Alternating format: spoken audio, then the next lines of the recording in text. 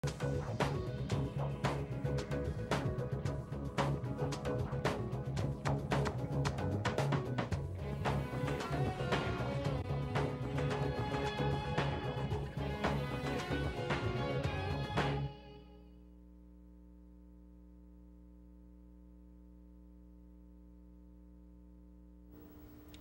buenos amigos televidentes, este es su programa Realidad TV, la realidad como es, para comentar con ustedes, amigos televidentes, en un espacio de una hora, los hechos ocurridos aquí en República Dominicana y en el resto del mundo.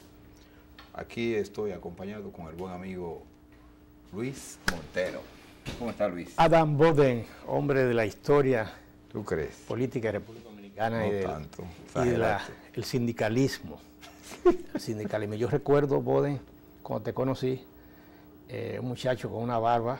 Ya tú tenías barba, pero tenías un mechón blanco. Sí. No sé si es que tú te pones un mechón blanco. No, es eso era natural. natural, sí, correcto. Mira, Luis, mira, estos días, y como en el canal nos exigen mucho que hay que cumplir con la hora, Correcto. hoy nosotros no podemos hablar de temperatura, que siempre hablamos al principio, pero hay un poquito de calor. Hay un poco de calor. Y ese calor parece como que vino combinado con agua y vino combinado con un calor desde el oeste, desde aquel lado de la frontera. De la frontera, sí.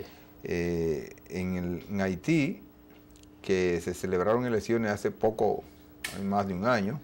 Correcto. Salió electo un empresario, pero decidieron administrativamente aumentar el costo de los combustibles entre un 38 y un 50%. Principalmente el gas querosén, que es el que usa para las lámparas, o como decimos aquí en el campo, la humeadora. La humeadora, sí. Porque en Haití hay mucho déficit de energía eléctrica. Y entonces mucha gente se revoltearon. En Haití ocurrieron desgracias que yo pensaba que ya estaban superadas. Destruyeron hoteles, destruyeron estaciones de combustible, destruyeron y saquearon supermercados, tiendas. Hubieron muchos desastres en la hermana República de Haití. Yo vi una fílmica que aparentemente era quemando vehículos privados que estaban aparcados y sí. Sinceramente, yo vuelvo y repito, creí que ya Haití empezaba a tranquilizarse. Mira, yo tengo un concepto lo he discutido muchas veces, y es que República Dominicana, lo más serio de atraso que tuvo en el aspecto político fue la dictadura de Trujillo. Correcto. Y cuando nosotros salimos de la tiranía, el pueblo se tiró a la calle, una parte lloró, porque habían 30 años y el pueblo, muchos estaban o confundidos o creían que de verdad era el papá. Y bueno, nosotros no hicimos, por ejemplo, había muchísimas empresas de la familia Trujillo, pero que eran realmente, pienso que por el dinero que se les sacaba o por la forma en que se obtenían, y tierras, muchas edificaciones que pertenecían a los Trujillo. Sí. El pueblo no la destruyó. No la destruyó. Yo creo que lo único que destruyó el pueblo fueron las estatuas que habían a nombre del tirano. Entonces yo pienso que la diferencia entre nuestro pueblo y el pueblo hermano de Haití se nota en ese caso. Cuando ellos terminan la dictadura, entonces yo pensé que iban a entrar en un proceso de regeneración de los procesos democráticos. Y óyeme, esto que ocurrió en días recientes, como que me laceraron el corazón, porque lamentablemente esa forma tan, incluso no se puede ni comparar con lo que aquí le llamaron en 1984 las pobladas, no se pueden comparar. Eso es otra forma para que tú veas la diferencia que hay y en lo que ese lo que muchas de esas personas en ese pueblo, hermano, tienen todavía en su cabeza. Estoy totalmente de acuerdo, Boden. La revolución haitiana antiesclavista fue una revolución muy violenta, y hoy Haití, Boden, se describe bien en Composición Dominicana. Hoy Haití está viviendo el resultado de su revolución antiesclavista, que fue la más radical. En ese entonces, tú recuerdas que ellos destruyeron todas las plantaciones. 1801. 1801. O sea, ¿qué quiere decir? Ellos distribuyeron las herramientas de trabajo, las fuerzas productivas y todo lo que son las condiciones, las expresiones materiales, base fundamental para dar el salto hacia el desarrollo. Lo que Haití produjo en estos días es preocupante. ¿Sabe por qué es preocupante, Bode? Porque ellos como que han repetido históricamente lo que hicieron en el pasado. Los mismos hechos con otros tiempos. Destruir una empresa donde hay docenas de hombres trabajando, destruir una maquinaria donde hay docenas de obreros, es destruir las fuerzas productivas. Y en la medida que usted destruye la fuerza productiva, usted se está perjudicando, se está haciendo daño, le está haciendo daño al país.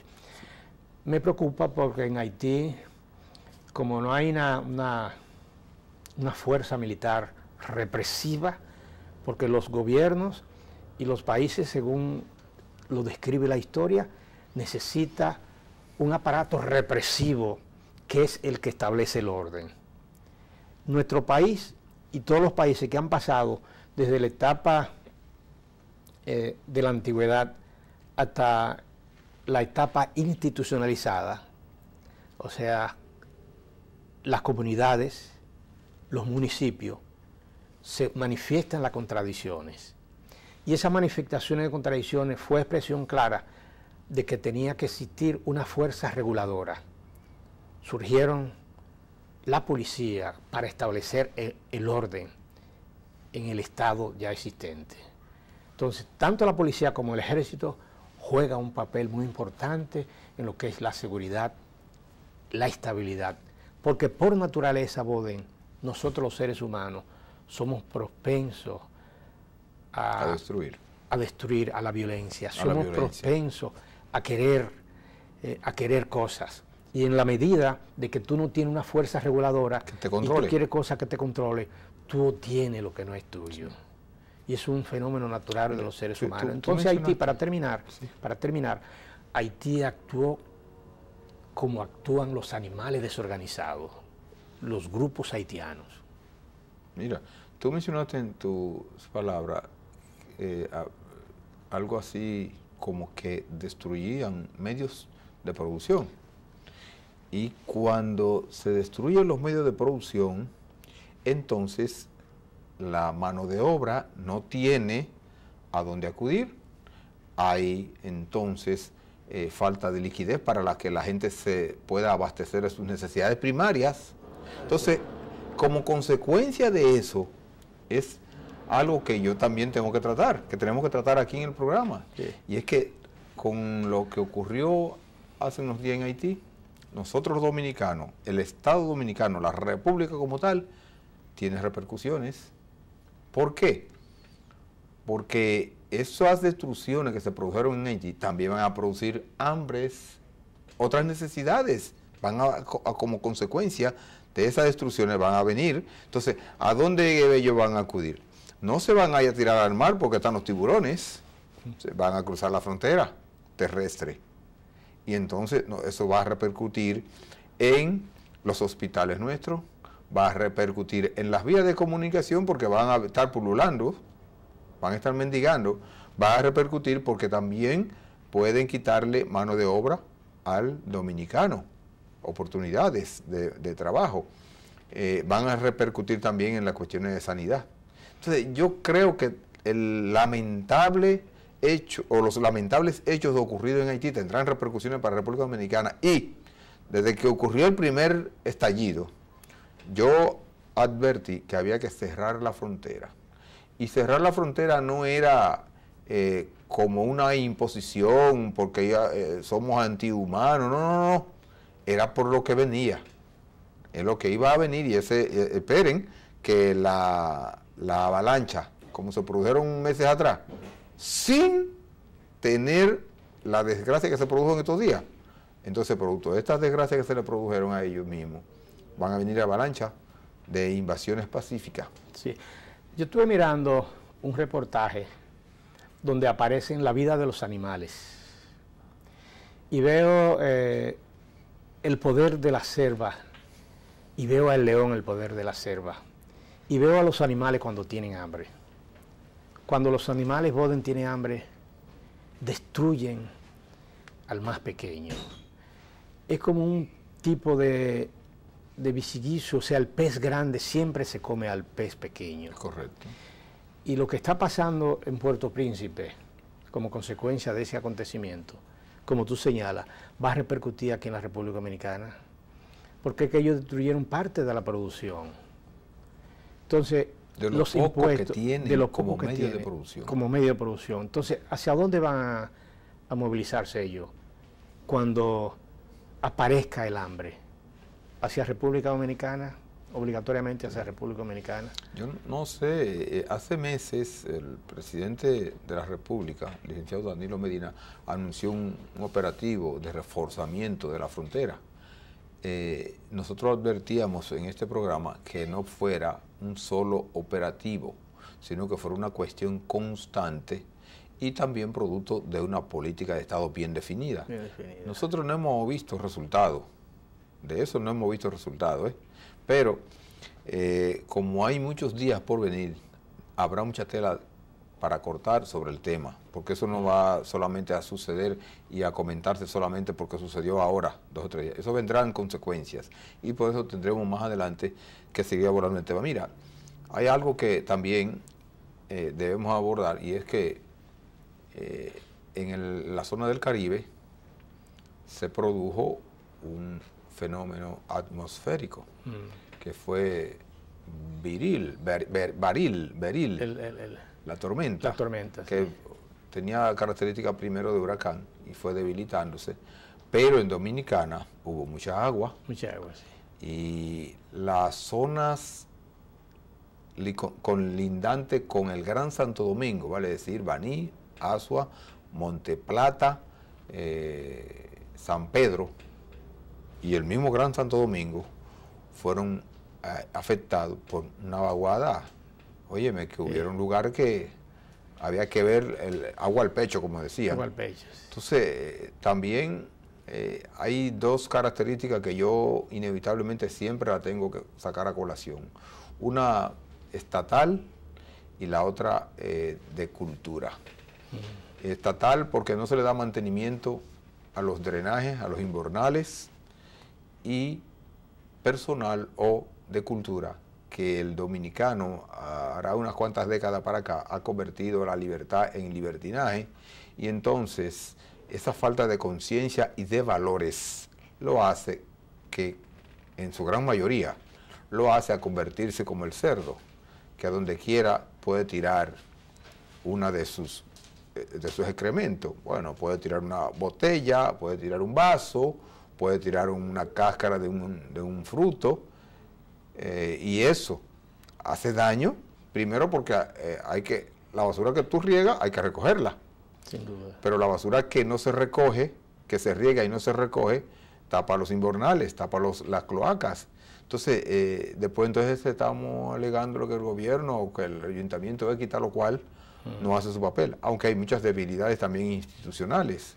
Entonces, eso fue como consecuencia de esa falta de 2 combinaciones que tenemos en República Dominicana, un bajo grado cultural y un bajo grado de prevención estatal. Sí, Boden, a mí me preocupa. El año pasado, en diciembre del año pasado, en República Dominicana celebraron el Foro SAD. Eso fue dirigido por la Comisión del Cambio Climático. En ese foro participaron expertos de distintos países, de Estados Unidos, de República Dominicana, de Venezuela, de Taiwán, hablando sobre la posibilidad de los canales de recursos económicos que existen para que las fundaciones puedan adquirirlo para resolver el problema de esa cantidad de agua que hubo y que tendremos. Porque precisamente la temporada ciclónica va a seguir afectando el continente. Yo le decía a un joven, al de Estados Unidos que intervenía, yo tomé la palabra que si ellos tienen un plan común para todo y cada uno de los países del Caribe, la red del Caribe, y le decía que era necesario diseñar planes comunes, iguales, en todo y cada uno de esos países. ¿Sabe por qué, Boden? Porque cuando viene del área del Sahara, de los vientos del Sahara, que casi todos los ciclones nacen en la zona, ¿verdad? En esa zona. Cuando llegan a la zona cálida de estos países, tienden a tomar fuerza. Cuando caen en el mar cálido, en el mar caliente, el movimiento de traslación de esas tormentas tiende a aumentar. Entonces le decía que era necesario elaborar planes comunes en todo el Caribe y alrededor de lo que son los mares y los ríos, como forma de ver cómo podemos reducir el calentamiento del mar. Porque había un fenómeno irregular que se estaba produciendo como consecuencia de que tanto los polos se habían producido desprendimiento de los caquetes polares, los llamados caquetes polares. Eso ha aumentado, ha ensanchado el agua de los mares y por vía de consecuencia tendremos agua. Entonces, ¿cuál es el plan estratégico de los gobiernos? Tratar de ponerse de acuerdo con todos los países para elaborar planes comunes, para contrarrestar, elaborar estrategias que permitan contrarrestar esos vientos huracanados que van a afectar en esta zona. Y como tú señalas, el drenaje fluvial, Boden, hace tiempo que debió de diseñarse una política. Porque el día que la República Dominicana, que la capital tenga 10 días de lluvia, vamos a tener agua al pecho. Agua al pecho. Y toda la ciudad nuestra, todas las casas nuestras se van a llenar de agua. Entonces es necesario definir políticas desde ya. El tema del drenaje fluvial son muchos millones de pesos. El tema de la basura son muchos millones de pesos. Entonces tiene que hacer un acuerdo común con todos los ayuntamientos del país y el gobierno central para tratar de reducir. El plan limpia que está aplicando el gobierno tiene que ver con la limpieza. Pero los depósitos de basura, ¿a dónde van? Estamos construyendo depósitos de basura en lugares lejanos, ¿verdad? Que no hay vivienda. Pero nosotros lo que necesitamos, no ser esclavos de la basura, sino buscar los técnicos que nos permitan a nosotros utilizar la basura y convertirlo en herramienta de utilidad. Sí. Industrializarla. Industrializarla. Sí. De lo contrario, vamos a tener, como señala Adam Smith, la misma política de parche de Adam Smith. Ajá. Los reservorios, bueno, eso está lleno de basura. Entonces cuando Pues toda la comunidad se llena de basura, ¿qué vamos a hacer? No. Entonces, lo que estamos haciendo es que como contaminamos por ese ambiente a nivel de aire y también contaminamos a nivel del subsuelo. Entonces, lo que hay que hacer es evitar esa contaminación doble vía y también convertir entonces la misma basura en materia prima. Que al convertirlo en materia prima, desaparecen los basureros y entonces la materia prima producirá gas, producirá bloques, producirá envases, madera incluso. Sí, pero oye, Boden, déjame hacer esta crítica. Hay ayuntamientos, particularmente el ayuntamiento de Santo Domingo Este. Esos ayuntamientos, ese ayuntamiento de manera particular, lo digo con toda responsabilidad, no le interesa tecnificarse. Hace 2 meses que en UNAPI presentamos una propuesta sobre depósitos soterrados de materia orgánica en decomposición. Esa propuesta fue elaborada por quien les habla en combinación con 2 ingenieros, un ingeniero civil y un ingeniero electromecánico, porque existe sobre la base de 2 modalidades, la modalidad hidráulica y la modalidad mecánica. Enviamos la propuesta al ayuntamiento para que nos recibiera para explicarle el funcionamiento de ese depósito de basura soterrado. Y todavía estamos esperando que nos reciban. Entonces, hay sectores municipales que no están pensando en el desarrollo del país, lo que están pensando en otra cosa. Pues parece ser que en el cerebro no tienen nada. ¿Tú conoces lo que le llaman señales de tránsito? Señales de tránsito. Oye, esas que se ponen en las horizontales o verticales. Sí. La gente de aquí del canal no está haciendo más señales que un tráfico.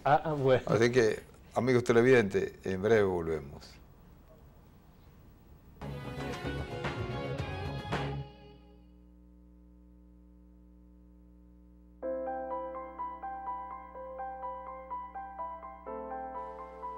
Un país limpio es la mejor muestra de salud. No tires desperdicios en calles y carreteras. Como buen ciudadano, coloca la basura en el zafacón. Juntos podemos lograrlo. Empresa de Transmisión Eléctrica Dominicana, ETED, uniendo el país con energía. El país lleva más de 100 años de crisis eléctrica.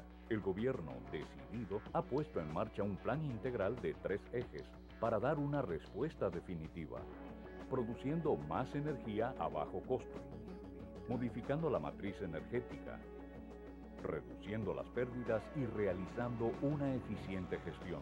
Hacerlo con responsabilidad, transparencia y calidad requiere tiempo. La espera dará frutos, logrando eliminar el obstáculo que frena el desarrollo del país. Corporación Dominicana de Empresas Eléctricas Estatales, CDEE, hacia la solución definitiva.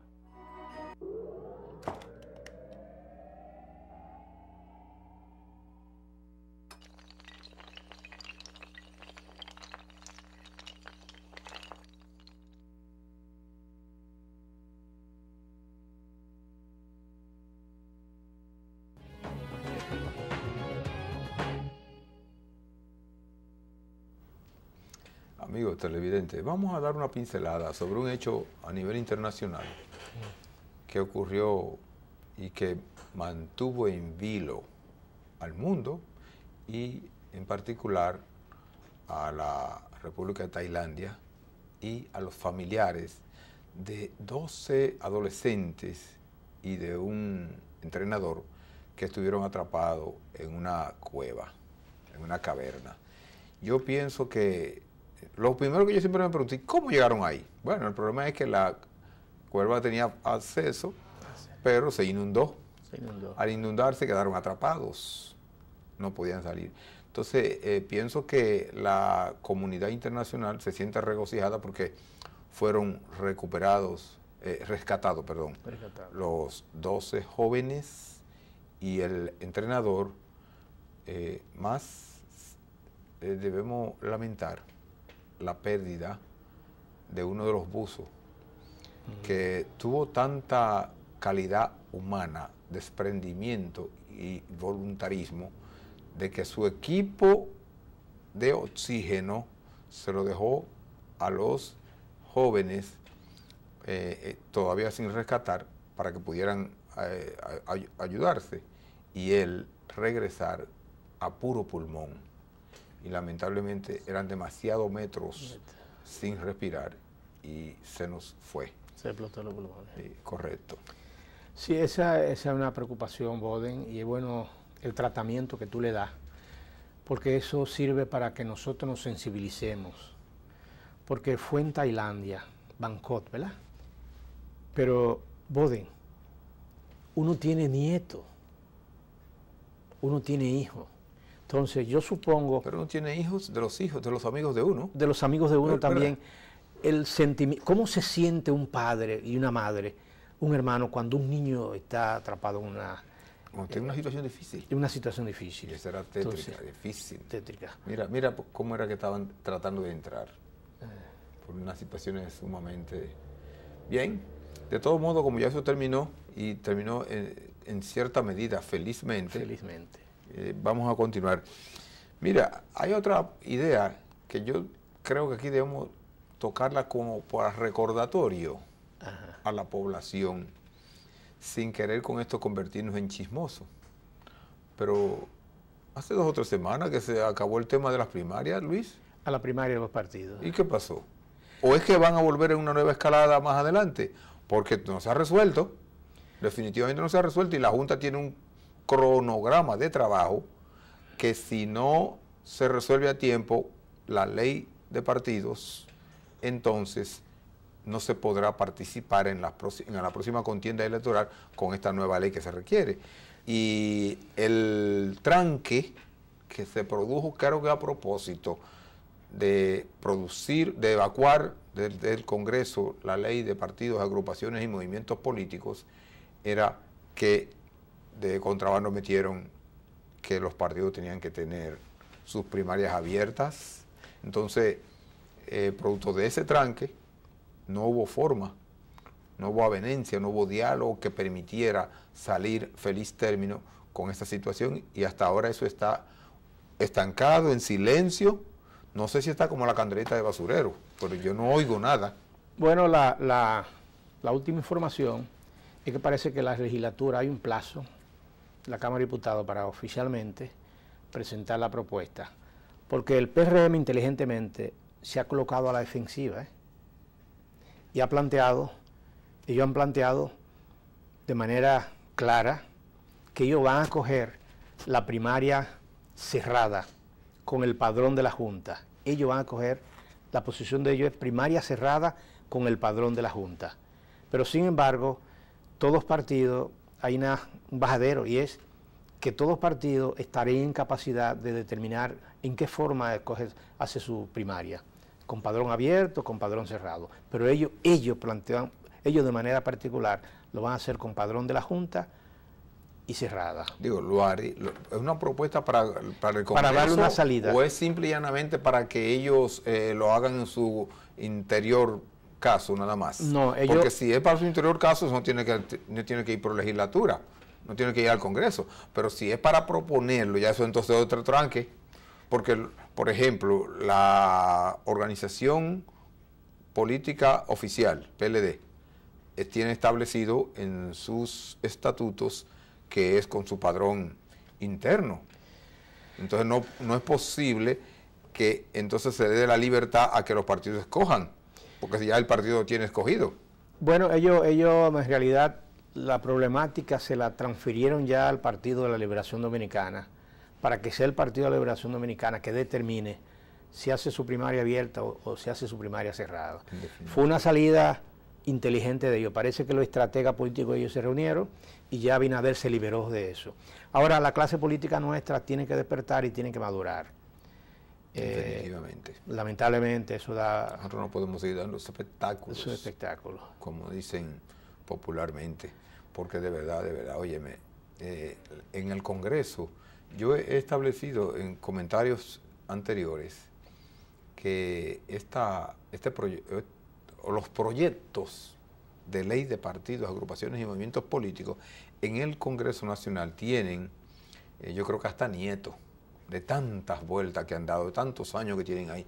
Y como tú estableces, la clase política no ha dado resultados en ese sentido, que es muy necesario que tengamos una ley que organice, estructure, supervise, tenga consecuencias en las organizaciones para sus actos. Incluso, haciendo un símil, esta clase política, si no se pone en el papel que debe ponerse como dirección de las organizaciones y de la sociedad en el aspecto político, podría ocurrir lo que está ocurriendo en el hermano país, que la clase política está viviendo de la población, de la pobreza de la población de Haití. Yo pienso que aquí tenemos que poner los pies sobre la tierra para ver la diferencia. Es verdad lo que tú dices, Boden. Yo estuve trabajando en la Cámara de Diputados en 1990. Cuando Guichardo llegó a diputado, Ligia tenía la dirección administrativa y Norge Botello fue presidente de la Cámara, ¿recuerdas? Sí, correcto. Yo conocí a Castro Silverio, siendo diputado por Santiago por el Partido Reformista Social Cristiano. Y hoy estamos en el 2018 y aún Castro Silverio es diputado. Marino Collante también durante todo ese tiempo se mantuvieron como diputados, sin delegar, ellos sí. 90 al 18. Al 18, Castro Silverio. ¿Cuántos años? Pues tiene barba en el asiento de él. Y Marino Collante estuvo también como diputado, Sí, ese dio tiene una posición en el gobierno. Sí. Pero una clase precisamente que bueno, la misión de ellos es mantenerse ahí y negar lo que es la renovación. Así es. Lamentable. Bueno, mira, Luis, hay muchas cosas que nosotros quisiéramos ver, que tienen que ver con el aspecto internacional. Ajá. Porque, por ejemplo, en estos últimos años, la vuelta política a nivel mundial ha dado muchas vueltas. Incluso cuando se terminó la Guerra Fría, lógicamente duró como tal un tiempo largo, Sí. duró décadas, pero al terminar, terminó. Y esta nueva era, después de la Guerra Fría, ahí está dando muchos tumbos, muchas vueltas. Por ejemplo, uno de los resultados después de la Guerra Fría es el neoliberalismo. Aquí tuvimos, para mencionar un resultado de ese neoliberalismo, el que las empresas públicas que por ley se fueron expropiadas a los Trujillo, como lo mencionamos ahorita, se convirtieron en empresas del Estado, del pueblo dominicano. Y producto de este vaivén del neoliberalismo, esas empresas, de ser propiedad exclusiva del Estado dominicano, pasaron a ser mixta. Hubo capital privado y una parte del capital de Estado. Se alegó que era para rentabilizarla, porque lógicamente por décadas atrás la rentabilidad de esas empresas la llevaron a la quiebra por la politiquería. Entonces, eso es un resultado de la posguerra fría. Entonces, pero ahora tenemos que aparentemente todavía los estados europeos, en su gran mayoría, quieren mantener ese estatus. Pero aparentemente también, y tengo que decirlo así, a partir de la cabeza del capitalismo en el mundo, es decir, Estados Unidos, como que quieren romper con eso definitivamente. Y creo que el sello para acabar con esa es el actual presidente estadounidense. Ha dado tumbos, muchos tumbos ha dado muchos tropiezos, ha dado muchas declaraciones contradictorias una u otra. Y hay una cuestión que a mí me llama sobremanera la atención. Por décadas, la península coreana la dividieron entre Corea del Norte y Corea del Sur. Y desde esa época, la Corea del Norte tenía como archienemigo a Estados Unidos. Correcto. Y a su vecino Corea del Sur. Cometieron muchas rivalidades, hubo mucho, hasta el extremo de que Corea desarrolló lo que otros países desarrollados, como le llamarían, de primera potencia o de tercer o de segundo mundo desarrollaron bombas atómicas. Y yo pensando, digo, pero un país que desarrolla bombas atómicas tiene que tener muchos recursos. Su pueblo tiene que tener una situación distinta a los nuestros, porque ¿cuándo nosotros vamos a desarrollar ni siquiera energía atómica para suplir las necesidades de industrialización del país? Pero pienso que ahora llegar Trump a un acuerdo con su archirrival en el sudeste asiático es algo que nosotros tenemos que ver. Por ejemplo, de esas vueltas también tenemos la situación que han creado en Venezuela. Yo digo honestamente, a mí me enseñó un maestro de la política, el profesor Juan Bosch, sí, que el rinconcito de 5 paredes que hay en los Estados Unidos, que le llaman el Pentágono, programa, perfila líneas políticas, no importa quién gobierne, a 20 años. esté gobernando Juan, Pedro, María o Josefa, ellos programan su línea política a nivel internacional y la aplican. De ahí que yo sospecho que como Chávez tenía una política muy distinta a no dejarse narigonear por el norte y porque los intereses de los empresarios y de los vividores del Estado venezolano fueron afectados con el mandato de Chávez. Yo supongo que ellos planificaron 20 años. 20 años antes de morirse o 20 años después de su muerte. Y ahí tenemos el descalabro que llevaron a Venezuela. A mí nadie me diga que solamente eso es por la tosudez de la oposición o la posición intransigente de los que gobiernan en Venezuela. A mí no solamente es eso. Ahí está por debajo lo que mi abuela le decía, la candelita de basurero del norte. Ténganlo por seguro. Que todo lo que ha estado pasando en América, en los países que han establecido gobiernos un poco más o menos democráticos, un poco más o menos desarrollados o con visión, lo han estado minando. Entonces, eso es parte de toda esta vuelta que está dando el mundo. Sí. Boden, ¿recuerda cuando murió Trujillo? Yo era niño. Yo estaba. Yo era niño, de 5 o 4 años creo que era. Yo te llevo muchos años. Todas las empresas de Trujillo, como tú señalas, pasaron a manos del Estado. Con el tiempo, el Estado, sobre la base de una teoría que se llama la teoría instrumentalista, el Estado tuvo que salir de esa empresa y convertirse en el instrumento único y exclusivamente regulador, con el propósito de no hacerle competencia al sector privado. Porque el Estado de Trujillo fue un Estado donde Trujillo fue gobierno y fue también empresario, dueño de empresas. Privado. Entonces, con las grandes reformas, aquí hubo una gran reforma que tuvo su costo, tuvo su resultado. Todas esas empresas pasaron a manos del sector privado. El sector privado como entidad reguladora. Se fortalece el capital.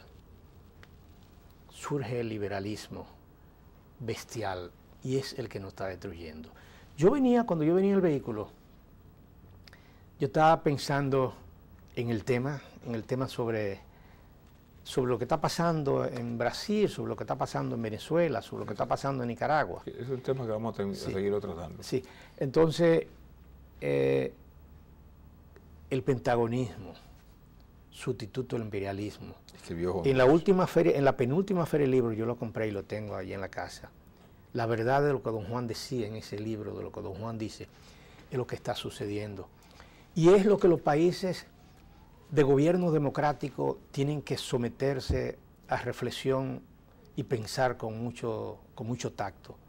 Porque cada vez que surge un gobierno democrático que quiere dar pan a los trabajadores, inmediatamente hay un plan con el propósito de desacreditar y con el propósito de sacarlo de circulación, lo que quiere decir que el capitalismo, la fase actual del capitalismo, es la capacidad que tiene el capitalismo para regularse y de manera particular el Estado regulador, la potencia, donde el capitalismo tiene más desarrollo, esa es la que establece la regla del juego.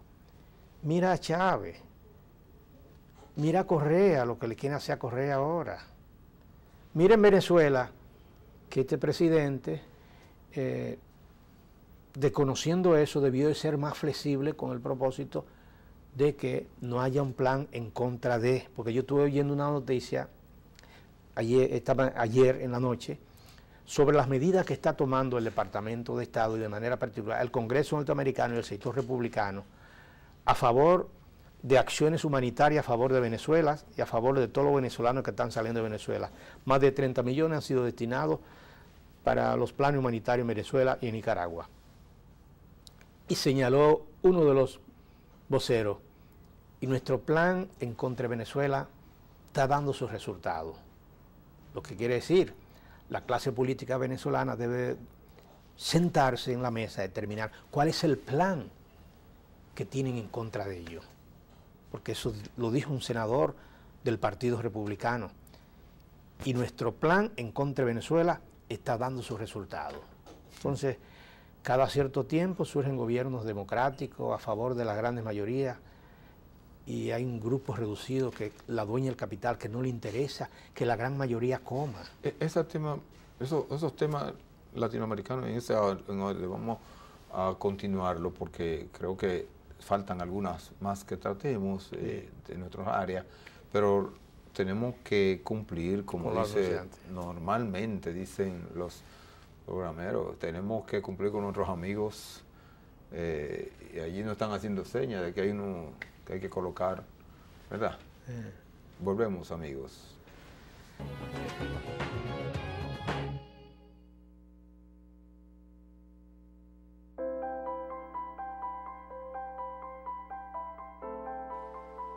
Un país limpio es la mejor muestra de salud.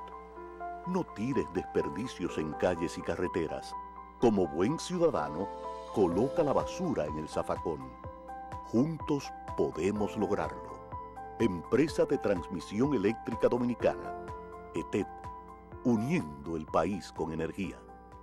El país lleva más de 100 años de crisis eléctrica. El gobierno, decidido, ha puesto en marcha un plan integral de 3 ejes para dar una respuesta definitiva, produciendo más energía a bajo costo, modificando la matriz energética, reduciendo las pérdidas y realizando una eficiente gestión.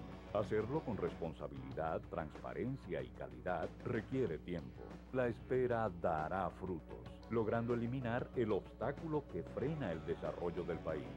Corporación Dominicana de Empresas Eléctricas Estatales, CDEE, hacia la solución definitiva.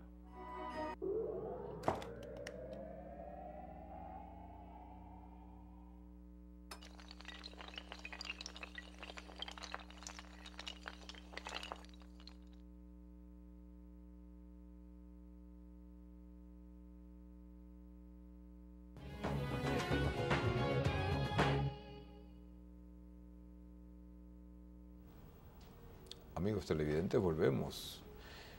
Continuando, Luis, Correcto. Y amigos televidentes, lo de Venezuela, estamos claros qué es lo que está pasando. Parte interna, pero también parte externa. Tú mencionaste Nicaragua. Nicaragua fue una situación que en el 79 se dio una revolución que tenía engendrada décadas también de guerra interna. Sí. Una guerra, ¿cómo le llaman? Guerra entre ciudadanos, entre el gobierno y los militares. Y definitiva... Con Somoza, ¿verdad? Es correcto. Y definitivamente, en el 79, las guerrillas le dieron el salto. Y a partir de ahí se han dado en Nicaragua procesos internos, como tú mencionaste, en favor de darle a la población lo que necesita la población. Que algunos ahora quieren alegar un poco más, un poco menos, ¿verdad? Pero algunos quieren alegar ahora que Daniel Ortega se alzó con el santo y la limón y está haciendo y deshaciendo. Bueno, fuera eso, no fuera eso, créanme que tengo un concepto claro. Hace mucho que lo aprendí. Y lo voy a decir textualmente. Juan Bosch nos enseñó que cuando el Pentágono quiere destruir un líder, una organización o un Estado, lo planifica para 20 años. Sea quien sea, eso se va aplicando al pie de la letra. Y en Nicaragua, lo que pasó en el 79, ellos hace mucho que quieren revertirlo. Del 79 para acá son como 4 décadas casi, ¿verdad? Muchos años. Y no han podido, pero ahora, sea por una supuesta ley que se produjo, pero el gobierno lo echó para atrás inmediatamente. Correcto. Y entonces sigue la candelita de basurero a flor de tierra, como pasó ahora en Haití. El gobierno echó para atrás el aumento y siguieron. Bien, ¿qué es lo que pasó en Nicaragua? Es parte del plan internacional. Entonces, si la causa que produjeron las situaciones en Venezuela, en Nicaragua, la echaron para atrás, ¿y por qué siguen? Yo insisto en que eso es un plan. Aquello de la llamada primavera árabe, que se fue convirtiendo en una especie de juego de dominó. Caían todas las fichas una tras de otra, un país tras del otro caía, pero un plan. Eso fue un plan que se aplicó allí. Entonces, lo que está ocurriendo en Nicaragua es parte de lo que está ocurriendo en Venezuela, pero también es parte de que, ¿qué ocurrió hará cuestión de unos años cuando eligieron por primera vez presidente a Rafael Correa en Ecuador? Que hubieron cambios para favorecer a la población, para poner reglas para los que estaban usufructuando o querían sacar solamente beneficios desde el punto de vista o empresarial o vivos o avivatos, como decimos aquí. Entonces se le puso regla y los cambios se vieron en Ecuador, pero ahora al que produjo eso lo están mareando, le están dando vueltas, lo están involucrando en esto, le están dando vueltas y le están dando vueltas. Entonces, ahí está la clave. A mi entender que también a a Rafael Correa, va a ocurrir parecido a lo de Chávez, a lo que está ocurriendo en Nicaragua, y lo que ocurrió en el gran país, Brasil. Ahí también, ¿qué pasó en Brasil? Lo mismo. ¿Cuántos millones salieron de la pobreza en los gobiernos de Lula y etcétera? ¿Cuántas viviendas, cuántos servicios médicos, cuánta educación, etcétera, etcétera? Eso quieren revertirlo. Eso que está ocurriendo también ocurrió con tintes distintos en Argentina. Sacaron a los Kirchner y ahí está el descalabro económico también. Entonces, estas vueltas que han estado dando todos estos países en favor de la población, ellos han querido revertirla y entonces están convirtiendo en una situación difícil, desastrosa para esos pueblos y de retroceso. Correcto. En la actualidad, a mí me preocupa Nicaragua porque aparentemente la iglesia, las relaciones entre la iglesia y el gobierno no eran muy buenas y se han agudizado. Y hay movimiento, Alianza Cívica por la Justicia, que está tratando de que el proceso electoral, acelerar el proceso electoral, que el presidente actuar no cumple el periodo, el mandato, para agilizar el proceso para que haya cambio en Nicaragua. Es decir, alborotan las avispas para conseguir otros fines políticos. Fines políticos, y es una situación delicada porque el presidente tiene 63% de rechazo en este momento. Lo que parece ser que ha habido todo un plan, como tú señalas, articulado también en contra de Nicaragua. Pero tú no señalaste el presidente de México. No, ese es un tema que quería tratarlo solo. Solo sí. Que también tendrá que pensar bien cómo actúa para que no haya una desarticulación. Entonces, como tú señalas, en todos los gobiernos, en todos los países que hay gobiernos democráticos, hay una cuchara que está tratando de torcer lo que es el ritmo y el curso y la marcha de autodeterminación de esos pueblos. Y es una gran preocupación. Por ejemplo, tiene 63% de rechazo, pero ese 63% según los resultados de una encuesta Galo en Nicaragua. Yo te lo digo, siendo cierto, es decir, no diciendo que la amañaron la encuesta, por ejemplo, digamos que son ciertos, es que han sido preparados. Ha llevado a ese terreno, es lo que quiero significar, porque los resultados en las condiciones materiales de la población de 2017, 2015, 2018, de estos últimos años, es muy distinta a lo que era del 1979 para atrás. Totalmente. Entonces, como es tan distinta, hay una realidad material en los cambios que ha recibido la población. Entonces, si eso es verdad, ¿cómo entonces es tan raro que tenga un rechazo cuando ha producido tanto bienestar a la población en salud, educación, en infraestructura, etcétera? Entonces, lo que está pasando es lo que estamos comentando, el fondo de lo que estamos comentando, es las manos la candelita de basurero, tú mencionaste la cuchara caliente. La cuchara. Es decir, como si te dan un helado y tú crees que es un helado y la cuchara está totalmente caliente.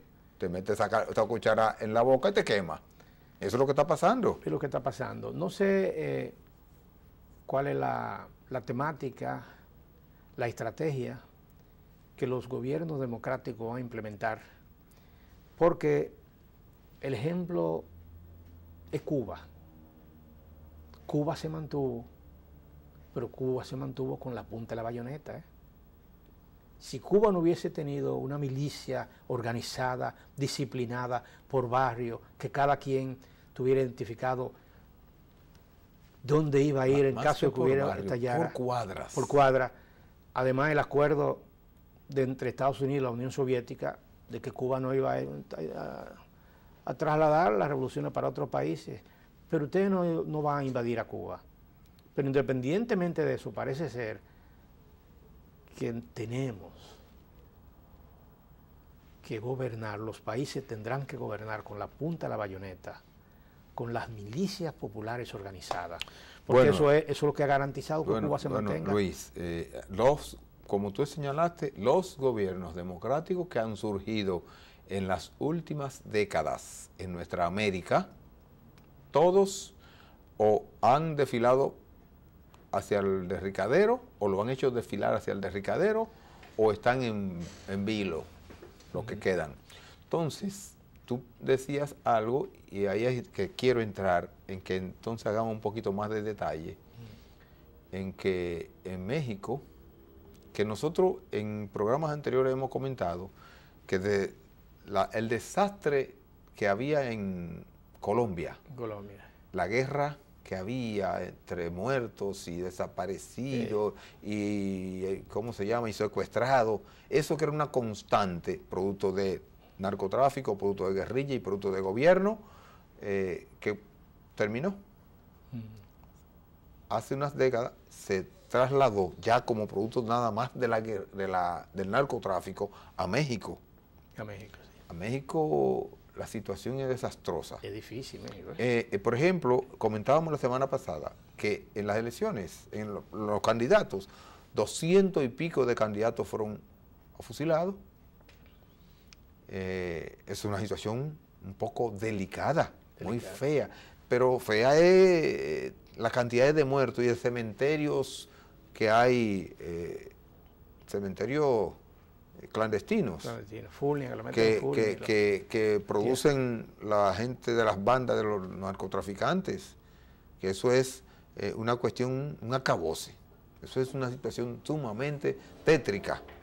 Mira, los tiempos de... Yo era un niño, te lo soy honesto. Cuando Trujillo, yo tenía, creo que lo más que llegué fue a 5 años.